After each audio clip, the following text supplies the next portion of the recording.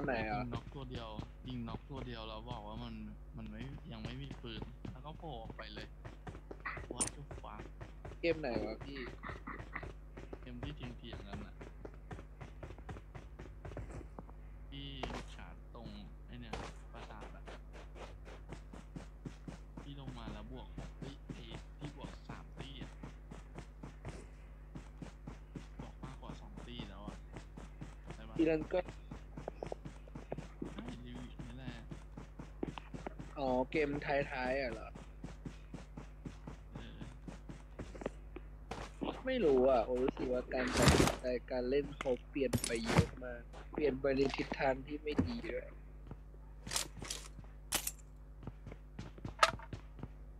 เปลี่ยนไปแบบไม่น่าทำไมวะเห็นอยู่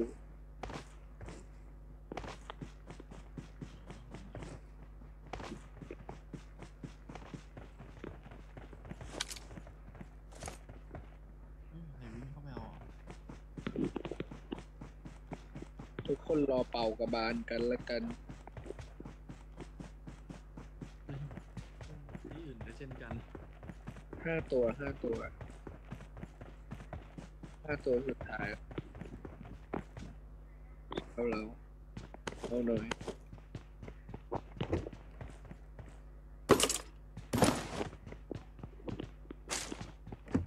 เขียวแอบเขียวอย่างอยู่หน่อย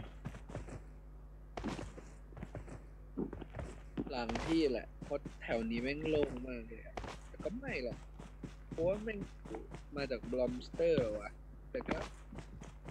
มันไม่น่าเงียบขนาดนี้เพราะเราอยู่สูงมากแล้วมันก็โล่งมากไม่เห็นมีใครเดินทำอะไรเลย ต้องดูวงต่อไปอ่ะ แม่งยังยิงกันอยู่เลยตี้ชนตี้อะ สีนี่อ่ะตีแล้ว ตี้อะตอนเนี้ยเราดูวงต่อไป ก็จะเหลือเป็น2 ตีอะดิ ใช่ดิ2 ตี้อยู่แล้วตี้ชนตี้น่าจะนะ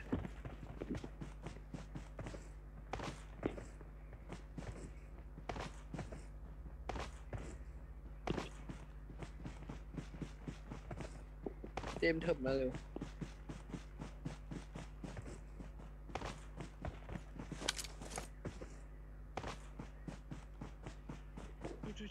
ชิวผ่านหน้ากูแก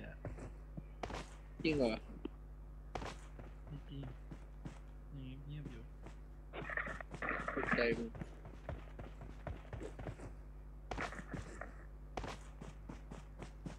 บลัมสเตอร์จริงด้วยวะ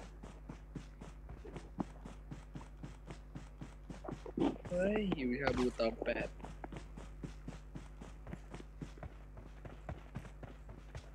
มันเคยกินชาบูตอง8วะ ไม่เคยวะ โคตรดี แล้วจบเกมนี้พี่ออกไปโดนว่าวิกกี้เลิกงานนะพูดปุ๊บทักแชทกูมาปั๊บ ไปตีกี่โมงนะขออีกทีเดี๋ยวโอโทรหาอาร์ตดีกว่า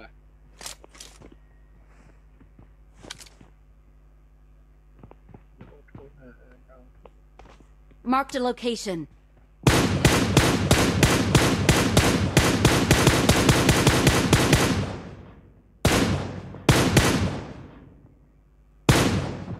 Marked a location.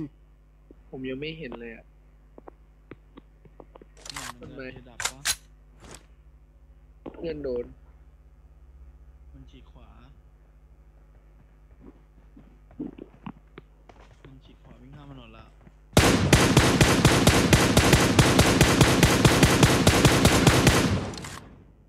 ผมเจอแล้วบ้านนี้ Marked a location. บ้านนี้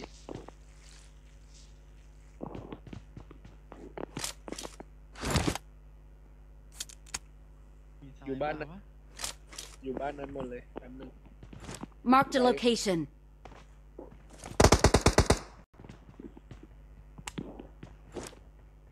เพื่อนโดนตัวไหนนี่ Marked a location. ใกล้ๆเราเหรอ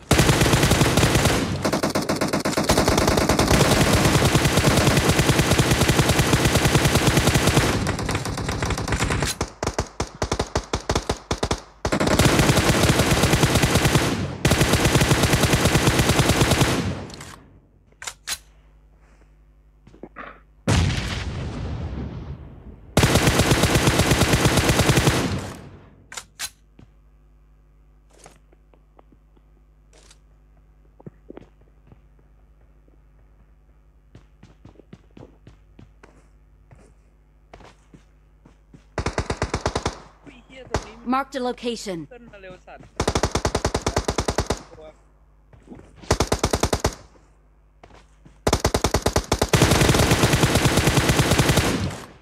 สวยครับ